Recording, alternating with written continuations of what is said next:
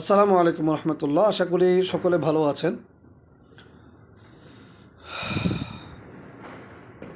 2024 সালের শেষ রাত্রিকে আমরা যেভাবে বিদায় জানাচ্ছি, এটি সম্পূর্ণ পশ্চিমা সংস্কৃতির একটি অংশ।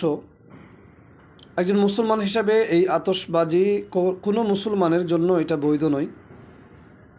রাসূল সাল্লাল্লাহু আলাইহি ওয়াসাল্লাম বলেছেন, মান তাশাব্বাহা বিকওমিন ফাহুয়া মিনহু।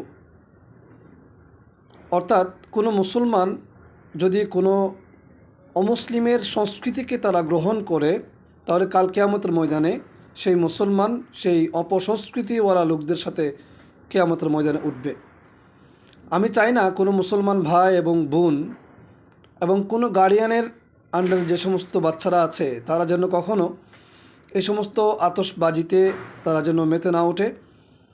তারা যেন কোনো মেডিকেলের অসুস্থ রোগীদের কষ্ট না দেয়। প্রত্যেকটা হাউজিংয়ের মাসুম বাচ্চাদের যেন কষ্ট না দেয়। আমরা যারা বড় আছি আমাদের নিজেদেরও বেশ কষ্ট হয়, তারপরও সমাজে বাঁচতে হয় বলে বাছা। যেখানে বড়দের কষ্ট হয় ওই জায়গায় মাসুম বাচ্চাদের কষ্ট হবে না, এটা তো বোঝাই যায়। অবশ্যই মাসুম বাচ্চাদের অনেক বেশি কষ্ট হয়। আমি সবার কাছে একটা আবদার রাখব, আমরা সকলেই আজকের রাতকে আমরা উদযাপন করার চেষ্টা করি। 2024 সালে আমাদের যে সমস্ত গুনাহ হয়েছে, আমাদের যে সমস্ত খতা হয়েছে, এগুলো থেকে আমরা আল্লাহ পাকের কাছে মাফ চাই, যেন আল্লাহ পাক 2024 সালের সমস্ত গুনাহ আমাদের মাফ করে দেন।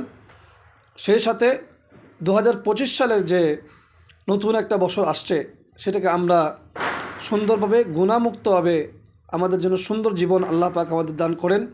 আমরা যেন দারিদ্র্যমুক্ত, গুনাহমুক্ত এবং অসম্মানের জিন্দেগি যেন আল্লাহ পাক আমাদেরকে দান না করেন, সুন্দর জীবন যেন আল্লাহ পাক দান করেন, সেই আশা আল্লাহ পাকের কাছে আমরা রেখে নতুন বছরের জন্য আল্লাহ তাআলার কাছে আমরা প্রার্থনা করতে পারি, দোয়া করতে পারি যেন আমাদের ভবিষ্যৎ সুন্দর হয়।